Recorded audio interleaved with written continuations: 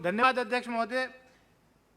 मैं essential commodity amendment bill पर आपने मुझे बोलने का मौका दिया, क्योंकि आपने समय 10 मिनट से घटा के 2 मिनट कर दिया है, तो मैं भी इसलिए सीधी सीधी बात करूंगा।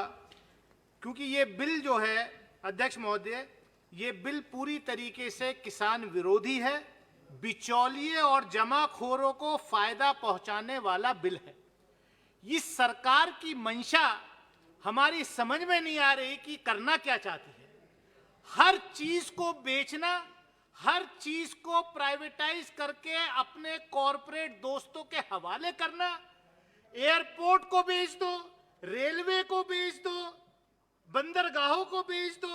अब बचा कुचा किसानी बची थी किसानों की, उनकी आमदनी को भी बेचने का काम, कॉरपोरेट्स के, मल्टीनेशनल्स के हवाले करने का काम इस बिल के माध्यम से सरकार कर रही है। अभी सत्ता पक्ष के एक साथी बोल रहे थे, चौधरी साहब, कि बहुत बड़ा इन्वेस्टमेंट आएगा इस अमेंडमेंट के माध्यम से।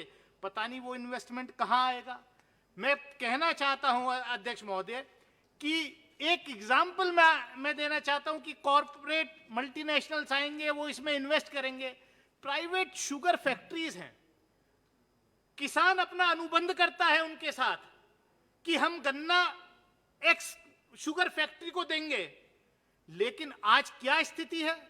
एक एक साल का पेमेंट गन्ना किसानों का प्राइवेट चीनी मिल नहीं कर पा रहे हैं। मेरे स्वयं के लोकसभा क्षेत्र में एक विधानसभा क्षेत्र पड़ता है गढ़मुक्तेश्वर, बड़ी शुगर फैक्ट्री है, सिंभावली शुगर फैक्ट्री। एक फैक्ट्री पर 380 करोड़ रुपए किसानों का बकाया है। और जब मैंने अभी पिछले हफ्ते उस शुगर फैक्ट्री के लोगों को कहा कि भी क्यों नहीं भुगतान हो रहा, तो ये सरकार इतनी सीरियस है किसानों के लिए कि वहां के जिलाधिकारी और स्टेट गवर्नमेंट के लिखने के बावजूद जो एक्सपोर्ट सब्सिडी की जो रकम मिलती है पिछले 3 साल से वो भी नहीं दी है।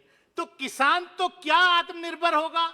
आपदा में अवसर ये तलाश रहे हैं कि किस तरीके से इस आपदा के माध्यम से जो पिछले 70 साल में इस देश में चीजें बनाई थी, जो पब्लिक सेक्टर अंडरटेकिंग्स बनाए थे, उनको किस तरीके से बेचा जाए। मैं आपके माध्यम से अध्यक्ष महोदय मैं यही कहना चाहूंगा कि सरकार को इस बिल पर दोबारा सोचना चाहिए, क्योंकि ये बिल जो आ रहा है ये जमाखोरों को लाइसेंस देने वाला बिल है। हम जानते हैं कि आपने की नियत है उन्हीं जमाखोरों को फायदा पहुंचाने की।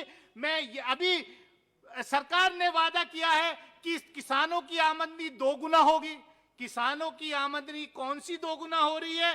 किसानों को अध्यक्ष महोदय यूरिया तक उपलब्ध नहीं कराया जा रहा है। इस बिल का भी वही हशर होगा जिस तरीके से नोटबंदी को यह ऐलान किया गया था कि इसका फायदा काला धन समाप्त करने के लिए किया जाएगा, लेकिन सैकड़ों लोगों की जान लाइनों में लग करके चलेगी। मेरी आपके माध्यम से सरकार से पुनः यह आग्रह है, अपील है कि ऐसे किसान विरोधी बिल को सरकार पुनर्विचार करे, उस पर दोबारा गौर करे। बहुत बहुत धन्यवाद।